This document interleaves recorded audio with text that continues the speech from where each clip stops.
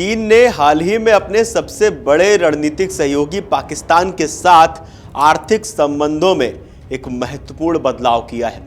सितंबर 2025 में चीन ने पाकिस्तान के प्रमुख इंफ्रास्ट्रक्चर प्रोजेक्ट्स के लिए फंडिंग रोक दी है, जिससे पाकिस्तान को अन्य वित्तीय संस्थानों का रुख करना पड़ा है। आखिर चीन ने ऐसा क्यों किया? एससीओ सम्मेलन के बाद चीन का यह निर्णय कितना महत्वपूर्ण है, चलिए लगाते हैं दूरबीन और समझते हैं कि आखिर ये पूरा मामला क्या है।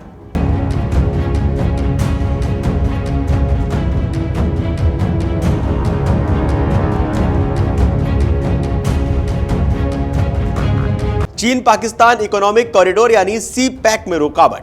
रिपोर्ट्स के मुताबिक चीन ने मेन लाइन 1 यानी ML1 रेलवे अपग्रेड प्रोजेक्ट के लिए $2 बिलियन की फंडिंग से मना कर दिया है। ये प्रोजेक्ट सी-पैक का सबसे बड़ा हिस्सा था और कराची से पेशावर तक 1726 किलोमीटर के रेल कॉरिडोर को शामिल करता था।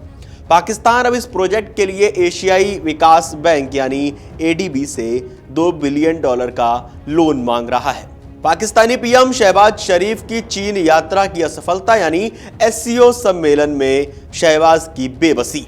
सितंबर 2025 में शहबाज शरीफ ने अपनी टीम के साथ चीन की यात्रा की, लेकिन सी-पैक फेज 2 के लिए नई फंडिंग हासिल करने में असफल रहे।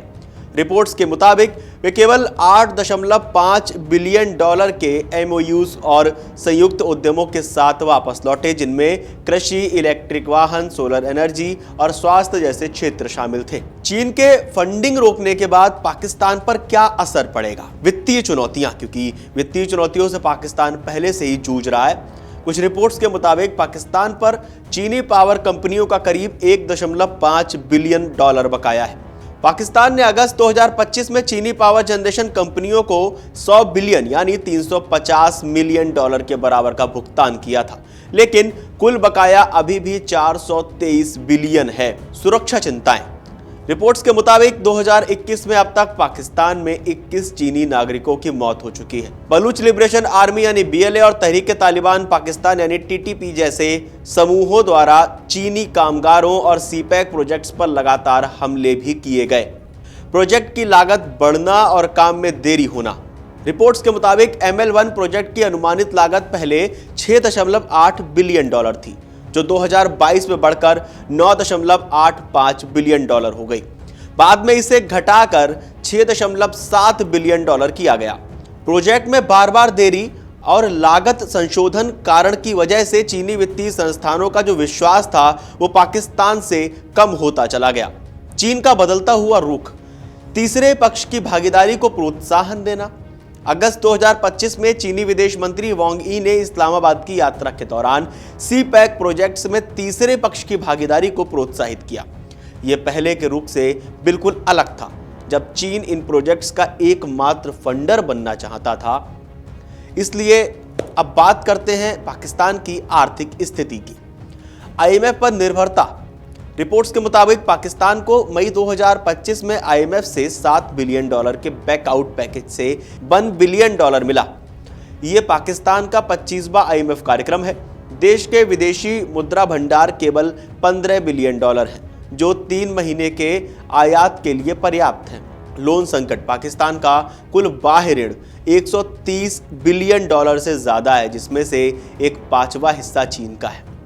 देश ने 2024-25 के बजट में ऋण सेवा के लिए 8.2 ट्रिलियन आवंटित किए हैं, जो कुल बजट का 46.7% है। ADB की बढ़ती भूमिका।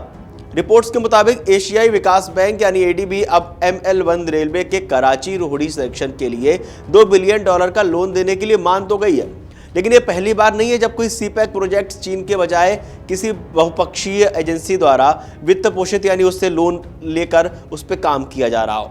सी-पैक 2.0 की चुनौतियां।